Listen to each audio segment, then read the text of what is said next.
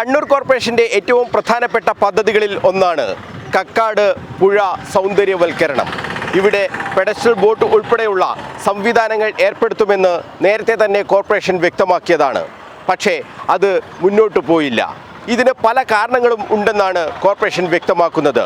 ഒന്നാമത്തേത് ഈ റോഡുമായി ബന്ധപ്പെട്ട കാര്യങ്ങളാണ്. റോഡ് വികസനം പൂർത്തിയാക്കിയതിന് ശേഷം മാത്രമേ സൗന്ദര്യവൽക്കരണ പദ്ധതികളുമായി മുന്നോട്ട് പോകാൻ കഴിയൂ എന്നാണ് കോർപ്പറേഷൻ വ്യക്തമാക്കുന്നത്. അതോടൊപ്പം തന്നെയാണ് ഈ കക്കാട് പുഴ മാലിന്യ കുപ്പത്തൊട്ടിയായി മാറുന്ന സാഹചര്യം. എത്ര ക്ലീൻ ചെയ്താലും വീണ്ടും വീണ്ടും ഇവിടെ മാലിന്യം നിറയുകയാണ്. ഇതിനൊക്കെ ഒരു പരിഹാരം ഉണ്ടാകേണ്ടതല്ലേ?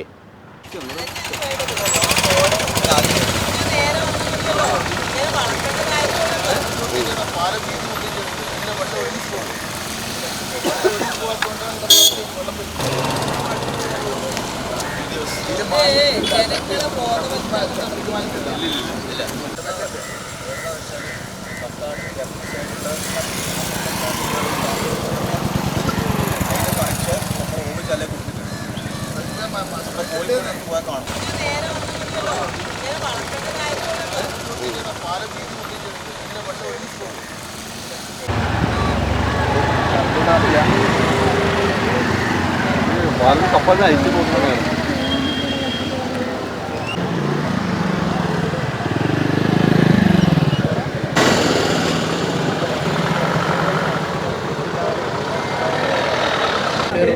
അല്ല, ഇവിടെ ഇന്ന് മനോരമയിൽ ഒരു വാർത്ത കണ്ടു.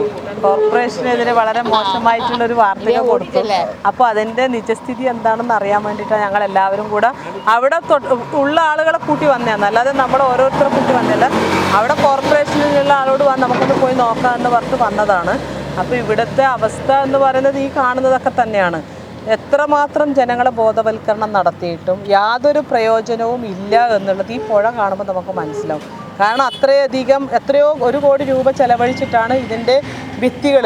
നിങ്ങൾക്കറിയാലോ, ആ സൈഡിൽ അനധികൃതമായി കയ്യേറ്റം വെച്ചിട്ടുണ്ടായിരുന്ന മരവേലികൾ ഉൾപ്പെടെയുള്ള ഭാഗങ്ങളുണ്ടായിരുന്നു. അതൊക്കെ നമ്മൾ തിരിച്ചു പിടിച്ചുകൊണ്ടാണ്, അതിർത്തി സംരക്ഷിച്ചുകൊണ്ട് നമ്മൾ മതിൽ കെട്ടി ആ കല്ലൊക്കെ കെട്ടി സംരക്ഷിച്ചിട്ട് ഈ നിലയിലാക്കിയത്. അതിനപ്പുറത്തേക്ക് നമുക്ക് 3 കോടി രൂപയുടെ ഒരു പദ്ധതി ഉണ്ടായിരുന്നു.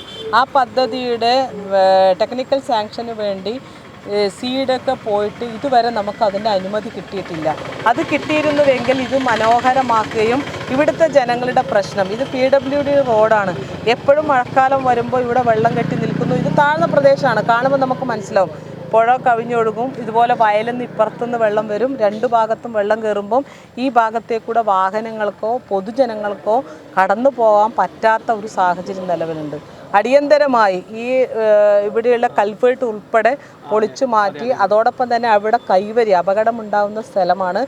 ഇന്ന് തന്നെ റിപ്പോർട്ട്, മനോരമയുടെ വാർത്ത കണ്ടതിന് ശേഷം ഉടനെ തന്നെ കൈവരി വെക്കാൻ ആവശ്യമായിട്ടുള്ള നടപടി സ്വീകരിക്കാൻ വേണ്ടി എസ്റ്റിമേറ്റ് തയ്യാറാക്കാൻ എയ്ക്ക് ഓർഡർ കൊടുത്തിട്ടാണ് വരുന്നത്. എത്രയും പെട്ടെന്ന് ആ ഒരു അപകട സാധ്യത ഒഴിവാക്കാൻ പറ്റും. അതിനപ്പുറത്തേക്ക് മഴ നിന്ന് കഴിഞ്ഞിട്ട് സർക്കാരുമായി ആലോചിച്ച് PWD ആലോചിച്ച് റോഡിൻ്റെ ഹൈറ്റ് കൂട്ടുകയും അതോടൊപ്പം തന്നെ നിലവിൽ നമ്മുടെ പദ്ധതിയുണ്ട്, ആ പദ്ധതി എങ്ങനെയെങ്കിലും പുനഃസ്ഥാപിച്ചുകൊണ്ട് ആ പ്രവൃത്തിയും കൂടെ പൂർത്തീകരിച്ചാൽ ഇവിടെ മനോഹരമാക്കുന്നതിനപ്പുറത്തേക്ക് ജനങ്ങൾക്ക് സായാഹ്നങ്ങളിലൊക്കെ വന്നിരിക്കാൻ പറ്റുന്ന തരത്തിലൊക്കെ നല്ല രീതിയിലുള്ള ഒരു സൗന്ദര്യവൽക്കരണം ഉൾപ്പെടെ നടത്തിക്കൊണ്ട് ഇവിടെ മനോഹരമാക്കാനുള്ള ഒരു പദ്ധതിയാണ്. ഈ സൗന്ദര്യവൽക്കരണം നമ്മൾ കേൾക്കാൻ തുടങ്ങിയിട്ട് കുറേ കാലം, എന്താണ് അതിൻ്റെ തടസ്സം? ഇതന്നെ ഞാൻ പറഞ്ഞത്. ഇത്രയും കൊല്ലമായി ഞങ്ങൾ കഴിഞ്ഞ ഭരണസമിതിയിൽ ഉണ്ടായിരുന്ന ഒരാളാണ്. ആ വർഷത്രയായി ഈ ഒരു പ്രൊജക്റ്റ് നമ്മൾ ടൈഡ് ഫണ്ടിൽ ഉൾപ്പെടുത്തിക്കൊണ്ടാണ് നമ്മൾ പദ്ധതി സമർപ്പിച്ചിട്ടുള്ളത്.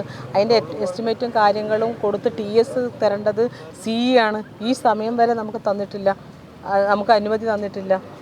അപ്പോൾ അത് നമ്മൾ തിരിച്ച് ഇനി ഒന്നുകൂടെ ആ ഒരു സ്റ്റെപ്പ് എടുക്കുക. അതൊക്കെ പൂർണ്ണമായി ഒഴിപ്പിച്ചെല്ലാം അതൊക്കെ ക്ലിയർ ആക്കിയിട്ടുണ്ട്. ആ കയ്യേറ്റം അത് നമ്മൾ അതിർത്തി സംരക്ഷിച്ച് മതിൽ കെട്ടിയിട്ടുണ്ട്. ഇതിനകത്ത് ചെളി ഞങ്ങൾ ആ സമയത്തൊക്കെ നമ്മൾ ചെളിയൊക്കെ കോരി നീക്കം ചെയ്തിട്ടുണ്ടായിരുന്നു.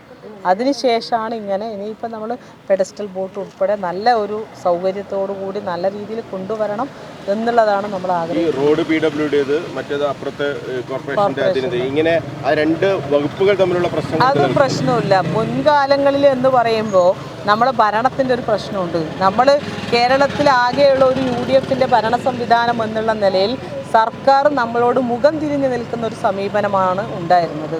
എന്തായാലും അത് മാറിക്കിട്ടും. നമ്മുടെ മന്ത്രിയാണ്, നമ്മുടെ ഭരണ സംവിധാനമാണ്. അപ്പോൾ കോർപ്പറേഷനെ സഹായിക്കേണ്ടത് അവരുടെ കൂടെ ഉത്തരവാദിത്തമാണ്. അപ്പോൾ ആ ഒരു തലത്തിൽ നമുക്ക് അനുകൂലമായ ഒരു നിലപാട് സർക്കാരിൻ്റെ ഭാഗത്തു നിന്ന് തീർച്ചയായും ഉണ്ടാകുമെന്നുള്ള പ്രതീക്ഷയിലാണ് നമ്മൾ. മാലിന്യം ഇങ്ങനെ തള്ളുന്നത് അതാണ് നമുക്ക് പറ്റാത്തത്. ഒരിക്കലും ഞങ്ങൾ എല്ലാ സംവിധാനം നിങ്ങളിവിടെ കണ്ടു, ബോട്ടിലുകളാണ് ഇവിടെ നിക്ഷേപിച്ചിട്ടുള്ളത്. ഈ ബോട്ടിലുകൾ നിക്ഷേപിക്കാൻ നമ്മൾ ഓരോ സ്ഥലത്തും നമ്മൾ ബോട്ടിൽ ബൂത്തുകൾ വെച്ചിട്ടുണ്ട്.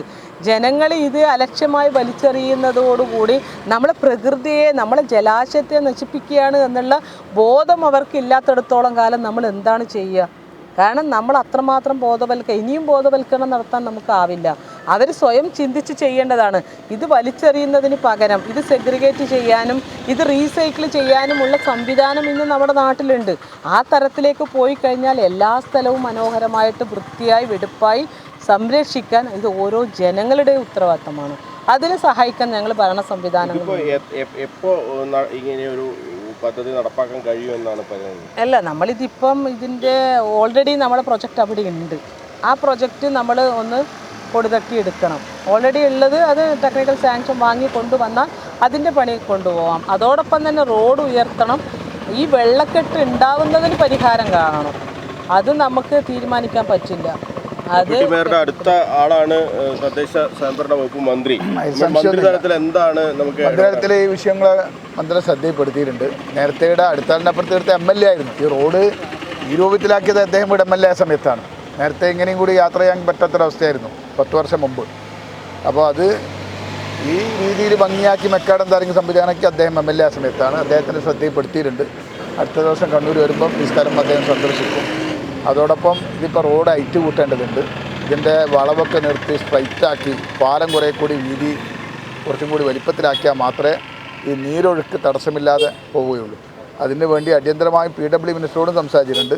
പുതിയ DPR തയ്യാറാക്കി റോഡ് ഉയർത്തി പാലം പുതുക്കി പണിത് വലിയ റോഡാക്കി മാറ്റണം. അതിനുശേഷമേ നമ്മുടെ നേരത്തെ മേയറുടെ പറഞ്ഞ ഈ സൗന്ദര്യവൽക്കരണം കോർപ്പറേഷൻ കഴിഞ്ഞ ബജറ്റിൽ വെച്ച പദ്ധതിയും കൂടിയുണ്ട്. അത് തുടങ്ങാനും വേണ്ടി പോകുമ്പോഴാണ് ഈ റോഡിൻ്റെ പരാതികൾ വന്നത്. ഈ റോഡിൻ്റെ പണി പൂർത്തിയാക്കിയാൽ തീർച്ചയായിട്ടും കോർപ്പറേഷൻ ആ പദ്ധതിയും കൂടി പൂർത്തിയാക്കും. എല്ലാ വർഷകാലത്തും കക്കാട് നിവാസികൾ വലിയ ദുരിതമാണ് അനുഭവിക്കാറുള്ളത്. ഈ പള്ളിപ്പുറം റോഡിൽ എന്നും വെള്ളം കയറുന്നത് പതിവാണ്. ഇതിനൊരു പരിഹാരം ഉണ്ടാക്കണം എന്നത് ഈ നാടിൻ്റെ ഒറ്റക്കെട്ടായ ആവശ്യവുമാണ്. സൗന്ദര്യവൽക്കരണം ഉൾപ്പെടെയുള്ള പദ്ധതികൾ കടലാസിലുണ്ട്. അത് നടപ്പാക്കിയാൽ മാത്രമേ ഈ പ്രശ്നത്തിന് പരിഹാരമുണ്ടാക്കാൻ കഴിയുകയുള്ളൂ. ആദ്യം വേണ്ടത് റോഡ് വികസനമാണ്. ആ പ്രശ്നം മന്ത്രിയുടെ ശ്രദ്ധയിൽ തന്നെ പെടുത്തി പരിഹാരമുണ്ടാക്കുമെന്ന ഉറപ്പ് ഇപ്പോൾ മേയർ നൽകിയിട്ടുണ്ട്. മേയറും ഡെപ്യൂട്ടി മേയറും ഉൾപ്പെടെയുള്ള ഭരണ സംവിധാനം ഒന്നിച്ചിറങ്ങിയാൽ ഇത് നടപ്പാക്കാവുന്നതേയുള്ളൂ. കക്കാട് നിന്നും ക്യാമറമാൻ ബിജു അഴീക്കോടിനൊപ്പം മനോജ് മയ്യിൽ, കണ്ണൂർ വിഷൻ.